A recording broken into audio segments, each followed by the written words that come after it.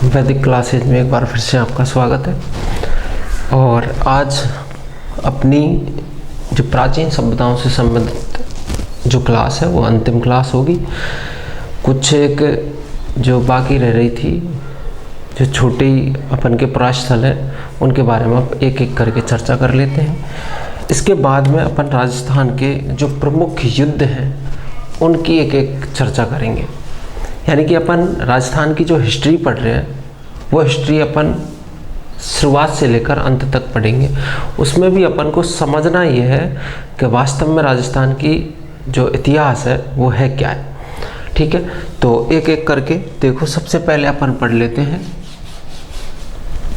अगली जो सभ्यता है अपनी, वो है इसवाल उदयपुर से।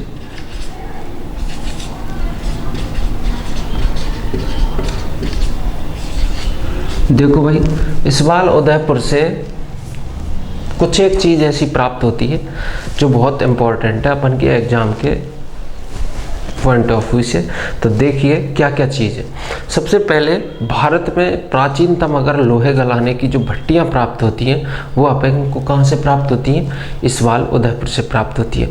इसके अलावा इसवाल से एक और इम्पोर्टेंट चीज़ प्राप्त होती है और वो है ऊँट के जो अवशेष, यार प्राचीनतम जो ऊँट के अवशेष प्राप्त अपन को होते हैं तो वो होते हैं कहाँ से? इसवाल से। यानी कि ऊँट के जो दांत हैं वो अपन को इसवाल से कहाँ क्या है प्राप्त हुए। तो देखिए इसवाल से क्या क्या चीज़ अपन को साक्ष्य प्राप्त होते हैं, तो एक एक करके बात कर लेते हैं। सबसे पहले प्राचीनतम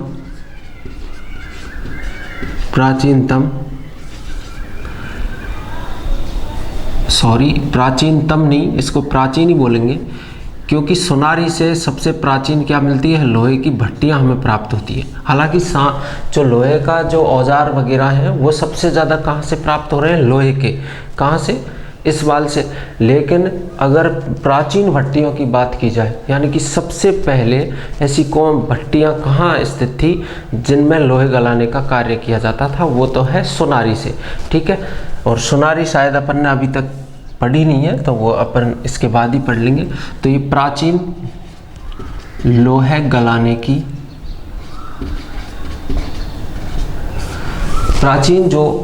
गलाने की जो भट्टियां हैं वो हमें कहाँ से प्राप्त होती है? यहीं से प्राप्त होती है। ठीक है भाई, आगे देखो एक और यहाँ से क्या प्राप्त होता है। तो प्राचीन लोहे गलाने की जो भट्टियां हैं, लोहे गलाने की भट्टियां कहाँ से? इसवाल से प्राप्त होती है। इसके अलावा लोहे औजार यहाँ से प्राप्त होते हैं।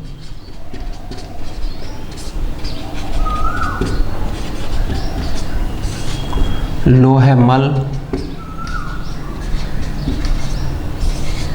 ठीक है, ये यहाँ से प्राप्त होता है। और सर्वाधिक लोहे की जो वस्तुएं प्राप्त होने के कारण इसे ही किसको? इसवाल को प्राचीन औद्योगिक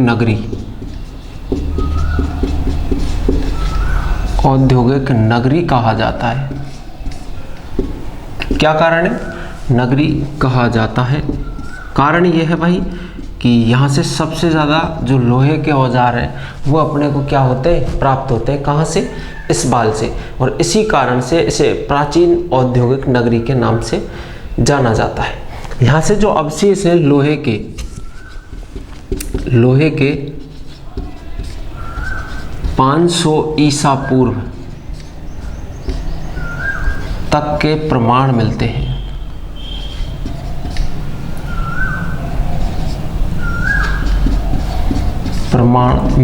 या साक्ष्य मिलते हैं, अपन बोल सकते हैं। कब के? यानी 500 ईसा पूर्व तक जो लोहा का जो उपयोग किया जा रहा था, तो उसके क्या मिलते हैं? यहाँ से प्रमाण अपन को देखने को मिलते हैं। ठीक है, इसके अलावा यहाँ से क्या प्राप्त होता है?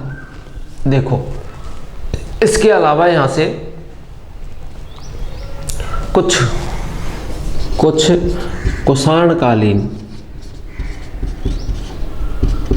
कुषाणकालीन सिक्के भी यहाँ से प्राप्त हुए हैं। सिक्के प्राप्त, ठीक है, प्राप्त हुए। ठीक है, इसके अलावा यहाँ से और क्या प्राप्त होता है भाई, एक और यहाँ से प्राप्त होता है ऊंट के दांत। ऊंट के दांत यहाँ से प्राप्त होते हैं और हड्डियाँ प्राप्त होती हैं।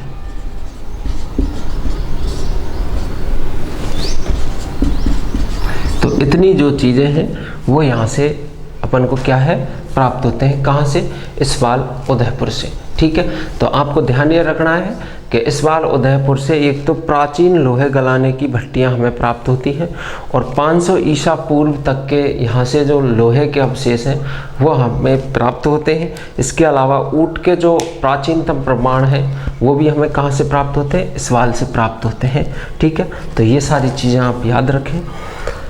और अगली सभ्यता पढ़ लेते हैं सोनारी झुंझुनू से।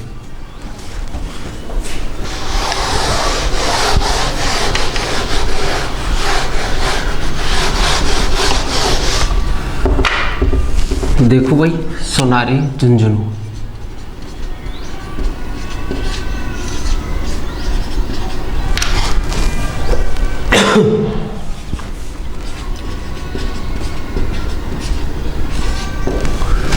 सोनारी झुंझुनू जो है ये देखो,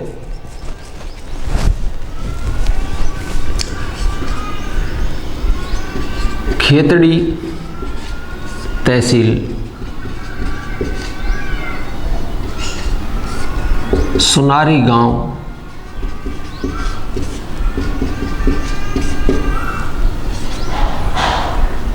और कातली नदी, इससे संबंधित है क्या, सोनारी झुंझुनू की सभ्यता। किससे संबंधित है, कातली नदी के तट पर है और वर्तमान में खेतड़ी तहसील में यह पड़ती है, जहां पर एक सोनारी गांव है और वहीं पर खुदाई की गई, जिसे क्या बोला जाता है, सोनारी की सभ्यता या फिर सोनारी पुरास्थल जिसको बोला जा सकता है। यहां से देखो, यहां से एक तो अयस से लोहे बनाने की भट्टियां क्या प्राप्त होती है, लोहे बनाने की अपन को क्या प्राप्त होती है, भट्टियां प्राप्त होती है। दूसरा देखो, भारत की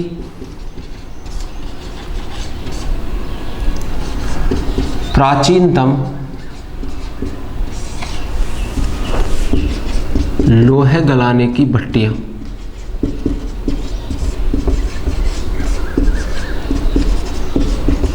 यानी प्राचीनतम यानी कि सबसे पहले की जो अगर लोहे गलाने की जो भट्टियां हैं वो कहाँ से प्राप्त हो रही हैं, सोनारी झुंझुनू से हमें प्राप्त होती है। ठीक है, देखो इसके अलावा और क्या प्राप्त, इसके अलावा प्राप्त होता है यहाँ से लोहे के तीर, ठीक है, और बाण, भाले का अग्रभाग, भाले या बाण का, भाले का अग्रभाग जो कैसा होता है, नुकीला होता है, तो उसके भी यहाँ से क्या मिलते हैं, प्रमाण मिलते हैं। इसके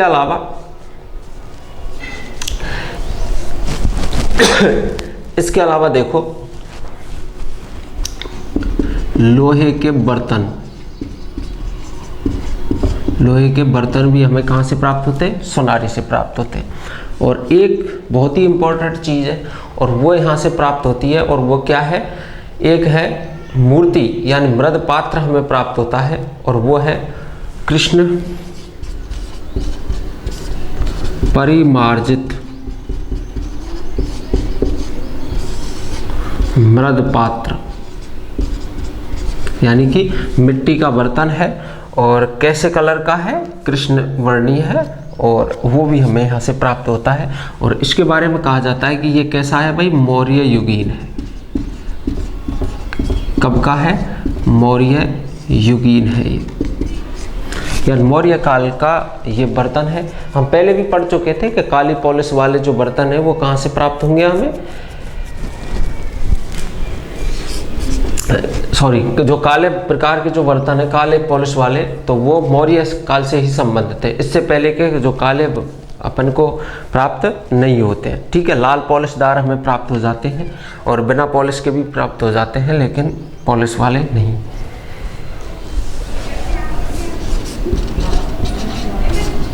चावल का प्रयोग, ठीक है। तो इतनी सारी जो चीज़ें हैं वो हमें कहाँ से प्राप्त हो रही हैं? सोनारी झुनझुनू से प्राप्त हो रही है।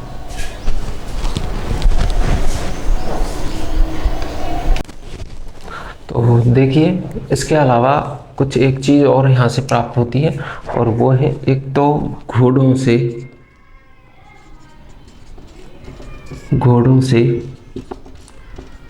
रथ चलाने के प्रमाण, रथ चलाने के प्रमाण हमें यहाँ से प्राप्त होते हैं। ठीक है भाई, तो इतनी सारी चीज़ें हैं वो हमें यहाँ से प्राप्त होती है। इसके अलावा मातृ देवी की मृण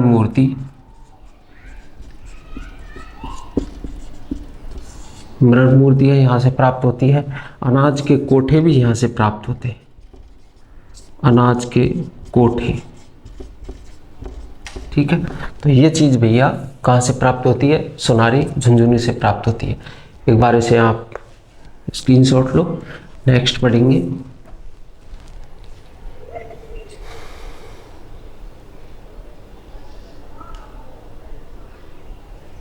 देखो,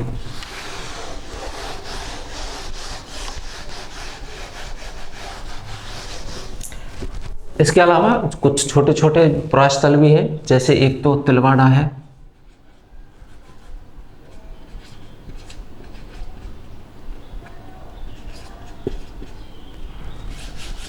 तिलवाड़ा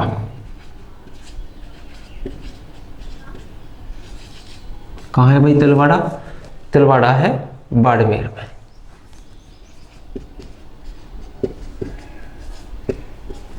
बाड़मेर क्या प्राप्त होता है यहाँ से?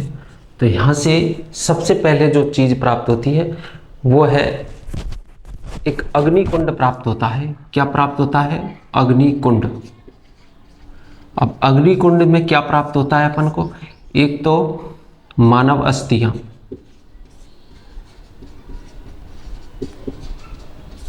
एक तो यहाँ से मानव अस्थियां प्राप्त होती है। ठीक है, एक मृत पशुओं की अस्थियां, मृत पशुओं की अस्थियां यहाँ से प्राप्त होती है। इसके अलावा क्या प्राप्त होता है? कुछ लोहे के टुकड़े और कांच की चूड़ियां, यानी लोहे के टुकड़े,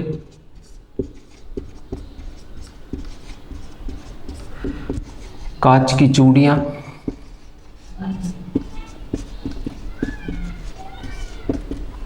कांच की चूड़ियां भी यहां से क्या है? प्राप्त होती है। ठीक है, कांच की सीप की चूड़ियां भी यहां से हमें प्राप्त होती है। ठीक है, किसकी? सीप की। है कहां पर ये? अगर नदी की बात करें तो इससे किस नदी से इसका संबंध है? तो नदी है इसकी भाई साहब कौन सी? लूनी नदी। लूनी नदी, ठीक है, तो लूनी नदी से ये संबंधित है। लूनी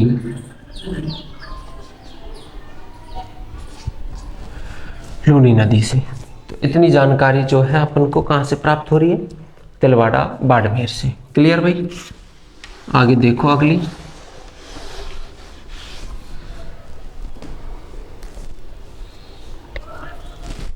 देखो, एक आती है जोधपुरा, जो कि कहाँ पर है? जयपुर में है। और इससे ज़्यादा कुछ अपन को प्राप्त नहीं होता। तो इससे प्राप्त होता है शुंग तथा कुषाण काल के अवशेष यहाँ से प्राप्त होते हैं। कुषाणकालीन अवशेष। कुषाणकालीन अवशेष कहाँ से प्राप्त होते हैं? तिलवाड़ा जयपुर से। कुछ लोहे की भट्टियां भी प्राप्त होती हैं यहाँ से, लोहे की भट्टियां, ठीक है। और नदी कौन सी है? सावी नदी, ठीक है भाई, सावी नदी, ठीक है। राजस्थान की ज्योग्राफी की क्लास भी जल्दी शुरू हो जाएंगी, तो आप ज्योग्राफी की जो क्लासें हैं वो भी आप अपने समय से देखते रहें। तो ये आप उतारो एक बार, फिर अगली पढ़ेंगे।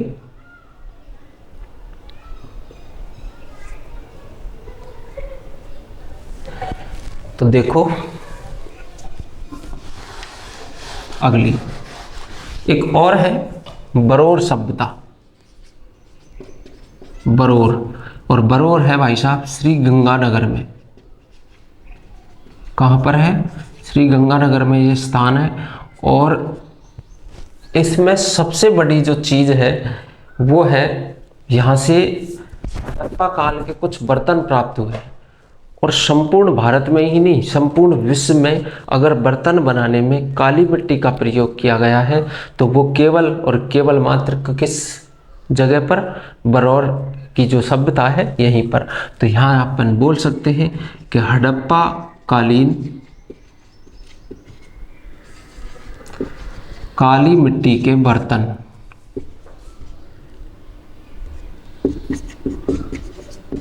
काली मिट्टी के मृद भांड बोल सकते हैं, मृद भांड के साक्ष्य इसमें लिख दूं ये भी कि विश्व में बर्तन या फिर मृद भांडों में काली मिट्टी का प्रयोग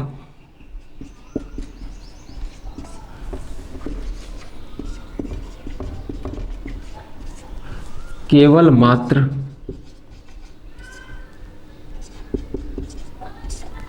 यहीं से,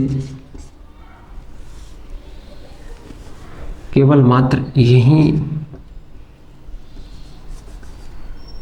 पर होता था,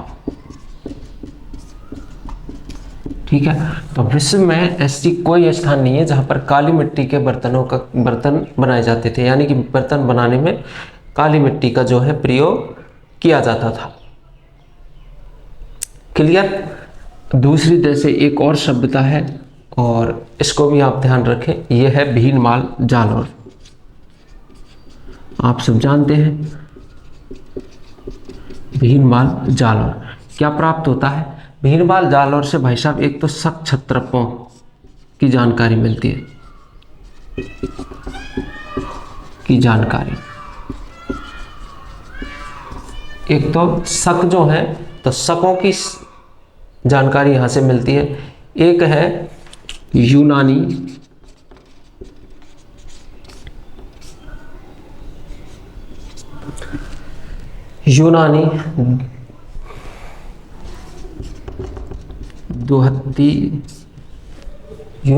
दोहत्ती सुराही जो है, सुराही,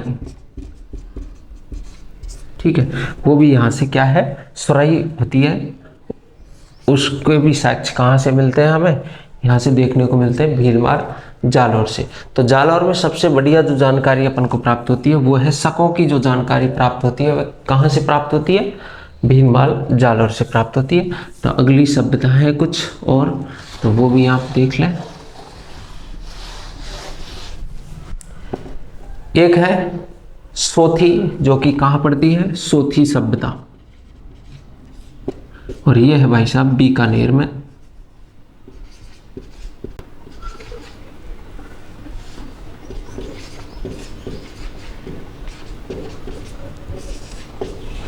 बीकानेर में, क्लियर? तो देखो बीकानेर में, अब देखो यहां से क्या है, सोथी जो सभ्यता है इसे प्रथम कालीबंगा भी कहा जाता है, भी कहा जाता है। क्यों कहा जाता है भाई साहब? तो जो कालीबंगा सभ्यता में अपन को साक्ष्य देखने को मिलते हैं, ठीक है, वो सेम के सेम कहाँ देखने को मिलते हैं? सोथी सभ्यता में। क्लियर? और सोथी सभ्यता जो है वो बिल्कुल किससे मेल खाती है? कालीबंगा सभ्यता से मेल खाती है। जैसे कालीबंगा से जो भी अपन को प्राप्त हुआ है वो कहाँ से प्राप्त होता है? यहाँ से प्राप्त होता है। इसके अलावा है कुछ और है, जैसे गर्दड़ा। गर्दड़ा है कहाँ भाई साहब? बूंदी में। गर्दड़ा कहाँ है? बूंदी में। ठीक है, क्या प्राप्त होता है गर्दड़ा से? यहाँ से ज़्यादा कुछ नहीं, यहाँ से भारत की प्राचीनतम, अगर बात करें भारत की प्राचीनतम क्या प्राप्त होती है? प्राचीनतम प्राप्त होती है बर्ड राइडर रॉक पेंटिंग जो होती है, बर्ड राइडर रॉक पेंटिंग्स जो है वो अपन को कहाँ से प्राप्त होती है? यहाँ से अपन को प्राप्त होती है। कहाँ से? गर्दड़ा बूंदी से प्राप्त होती है पेंटिंग प्राप्त। ठीक है, ज़्यादा कुछ जानकारी यहाँ से और मिलती नहीं है। इसके अलावा एक और छोटी है तो उसको भी आप टाइप कर लें। एक है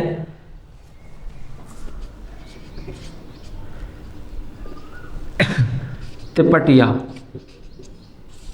कहाँ पर है भाई साहब तिपटिया? और यह है कोटा में। कहाँ पर है?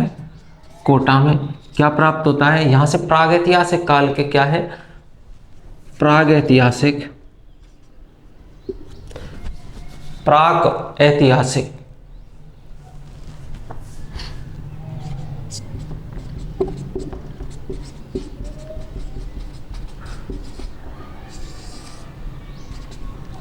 शैल चित्र यहाँ से प्राप्त होते हैं। क्या प्राप्त होते हैं? शैल चित्र। शैल चित्र का मतलब आप समझते हैं, शैल चित्र क्या होते हैं? यानी कि पत्थरों पर उकेरे हुए आदि मानव के द्वारा जो उकेरे हुए जो चित्र थे उन्हें क्या बोलते हैं? शैल चित्र बोलते हैं। और वो कहाँ से प्राप्त हो रहे हैं? तिपटिया कोटा से प्राप्त होते हैं। ठीक है, एक और वो है कौन सी? मंडौर जोधपुर। मंडौर जोधपुर। मंडौर जोधपुर से क्या प्राप्त होता है भाई साहब? मंडौर जोधपुर से यहां से एक पत्थर या फिर एक शिला पर कुषाणकालीन, कैसी भाई? सॉरी, गुप्तकालीन शिला पत्थर पर गुप्तकालीन कृष्ण लीला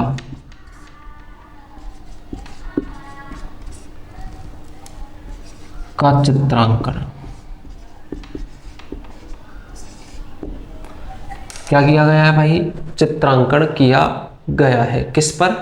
गुप्त काल में किया गया है। कृष्ण लीला को एक शैल चित्र पर या पूरे पत्थर पर क्या है? उकेरा गया है। ठीक है, चित्रों के माध्यम से। ठीक है, तो इतने अब जो वो है हमको कहाँ से मिलते हैं? यहाँ से मिलते हैं। और एक अंतिम आती है और वो है मगरी।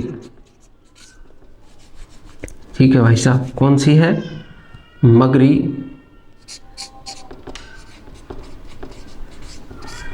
ठीक है, चलो इसको ऊपर लिख लेते हैं।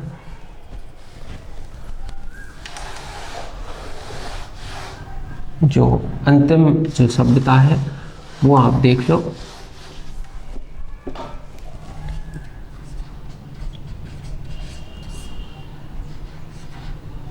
ठीक है, मगरी कहाँ पर स्थित है? मगरी भीलवाड़ा में।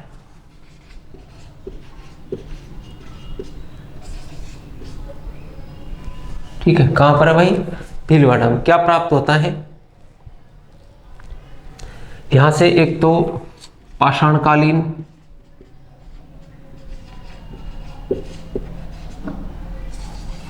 पाषाणकालीन तथा और कौन से?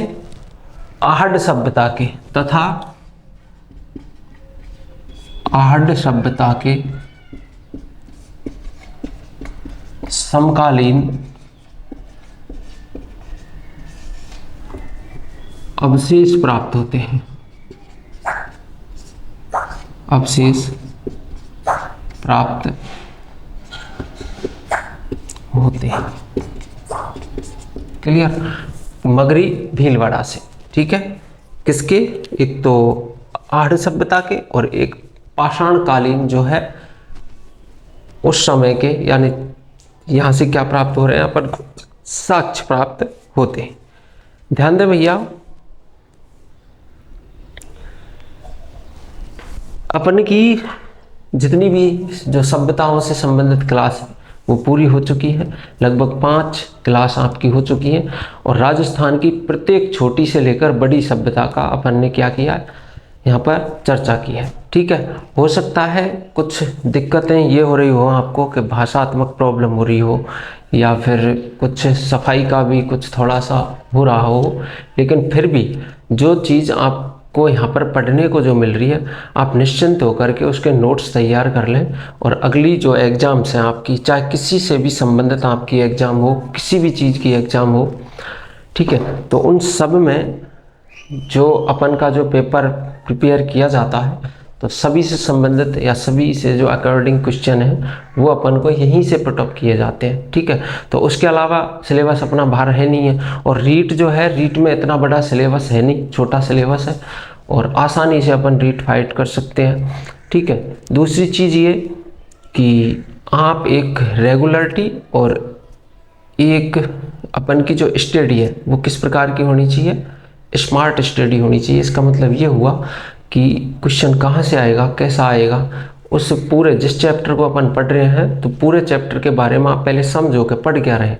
जैसे सभ्यताओं के बारे में पढ़ रहे हैं तो सभ्यताओं में कौन कौन सी चीज़ इंपॉर्टेंट है, यानी कि ऐसे कौन कौन से अवशेष हैं जो केवल मात्र एक ही स्थान से प्राप्त होते हैं। तो ऐसे क्वेश्चन अक्सर ज़्यादा पूछे जाते हैं। ठीक है, कॉमन क्वेश्चन पेपर में नहीं पूछे जा सकते। क्लियर भाई? दूसरी चीज़ ये कि आप हिस्ट्री जब भी पढ़ रहे हो तो हिस्ट्री को क्रम से पढ़िए आप, यानी शुरुआत से लेकर और अंत तक आप लगातार हिस्ट्री के नोट्स तैयार करें जिससे आपको समझ आ जाए। ठीक है, क्लास ये भी है, अपनी भी क्लास है, इसके अलावा आप और भी क्लासें देख सकते हैं। आजकल तो नेट आप जानते हैं कि यूट्यूब इतनी चल रहा है कि आपको बहुत सारी क्लासें आपको मिल जाएंगी। ठीक है, तो वहाँ से भी आप देख सकें और सेम क्लास देखा करो। जैसे अपन ने मगरी पढ़ा है तो इसका आप दूसरी क्लास पर भी देखें और उसके बाद में नोट्स तैयार करें। निश्चित रूप से आपका सिलेक्शन होगा, निश्चित रूप से आपकी जो कमी है वो ज़रूर निकल जाएगी। इसके बाद की जो क्लासें हैं वो एक तो ये होंगी, अब अपन पढ़ेंगे राजस्थान, और राजस्थान का जो महाजनपद काल में क्या स्थिति थी, यानी कि महाजनपद काल में किन जनपदों में अपन का किस किस क्षेत्र को सम्मिलित किया जाता है। जैसे मान लो जयपुर है तो जयपुर उस समय किस में सम्मिलित था, जैसे विराटनगर में आता था। तो इस प्रकार से अलवर है और ये बहुत अपन के राजस्थान के जितने भी ज़िले हैं तो किन किन क्षेत्रों में ये सम्मिलित थे महाजनपद काल में। और आर्यों के समय पर भी राजस्थान के बारे में, आर्यों से संबंधित लेकर भी अपन अगली क्लास में चर्चा करेंगे। ठीक है, तो आप ये नोट्स तैयार करें अच्छे से। नमस्कार।